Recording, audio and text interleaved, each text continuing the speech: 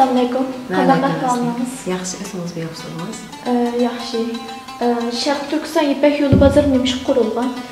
Sharq Turkiston Ipak yo'li bozorimiz bizning asosiy milliy an'anamizni saqlab qolish uchun bozor madaniyatimizning saqlanib qolishini maqsad qilgan asosda bizning tilimizni, milliy urf-odatimizni va shu yerga kirgan har qanday bir chet elliklar bo'lsin, har qanday bir Uyg'ur xonim qizlarimiz bo'lsin, Turkiyadagi ko'nlar, yenglar bo'lsin, unutib qolmaslik uchun asosiy maqsadda unutilib qolmaslik uchun, davom etish uchun va Uyg'ur iqtisodiyotiga obro't bo'lish uchun qurilgan.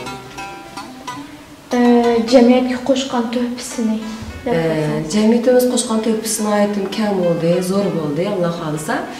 Chunki 4 yil bo'ldi biz degandagidek bozorimizni ichayotgani. 4 yil jarayonida biz qarindoshlarimizga Uyg'ur xalqiga mehr muhabbat berdik va ulardan oldik. Oldi bilan qolgan ma'naviy ozuqimiz bu. Andikin bayon so'zlab o'tgandek, iqtisodimiz obro't bo'ldi. Bu jarayonda qo'ynidan to'kis qo'njinga degan shior bilan boshlagandim. Ya'ni Uyg'urlar sirtda nurg'un sohalarda tijorat qiladi.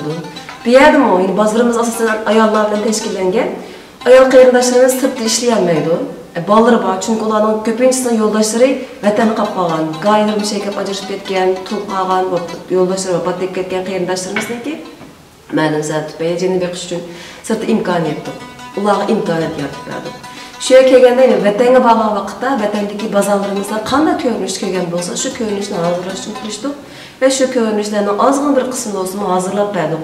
Mayli oshxonaga doir buyumlar bo'lsin, tomoq etish doir dora vermekten tutkulu bo'lsin mayli.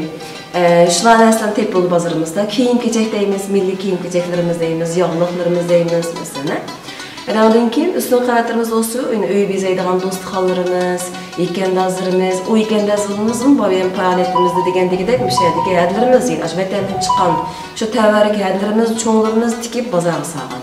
Shularning mollari sotiladi, yana qo'lgil xonimlarimiz bo'lsa, o'zining tikkan shu mahsulotlarini bozorga selish orqali o'zininki garchi ayol kishi bo'lsin-mu, ailesi bor, bolalari bor ayol kishi bo'lsin-mu, yine bunday ishlarning uydasini chiqaradiganini bütün Uyg'ur jamoatiga, bütün Uyg'ur jamiyatidagi xonim qizlarimizga bir o'rnak sifatida shu yerda shuni xalqimizga tanitdi.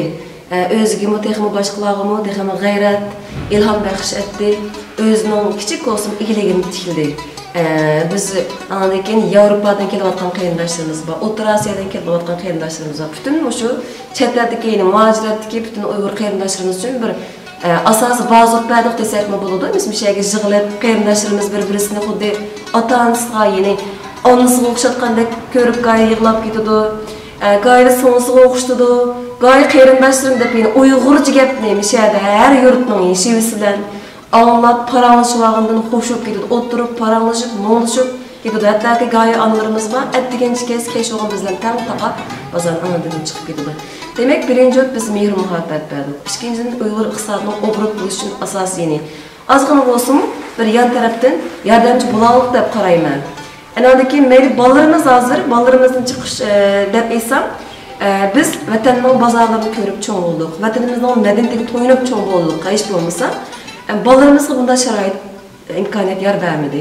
Lekin bu yerda oddiy bo'lsin, o'zimiz qo'lda tikkan, to'qigan, tayyorlagan sharoit orqali şu bazarimizning vatandagi shu bazarimizning kichikkina bo'lsin simasini shu yerda ko'rsatib beradi deb qarayman. Shu bolalarimizni shu jihatdan bo'lsin to'yindirish uchun bir imkoniyat yaratib berdi deb qarayman. Uyg'ur TV kanalımızdan ziyoratini qabul qilganingiz uchun ko'p rahmat. Sizlarga rahmat. Chiroyli sonlarim atdigan kechgacha bazarimizning kemish faoliyatida bo'lib, jiq-japat etdinglar. Alloh ajringlarni bersin. Uyg'ur TV'ga ko'p rahmat. Shu bugungi mukofotliq musobaqamızda xonimlarimizni ko'p g'ayrat ko'rsatdi. Sizlar bunga shohid bo'ldinglar. Demak, ajoyib qobiliyatli xonimlarimiz bor. Bu qobiliyatli xonimlarimizni shunday sahiflarimiz orqali, shunday qo'llash orqali, rag'bat berish orqali ulardagi qobiliyatni qizib chiqalaymiz. Rahmat. Rahmat.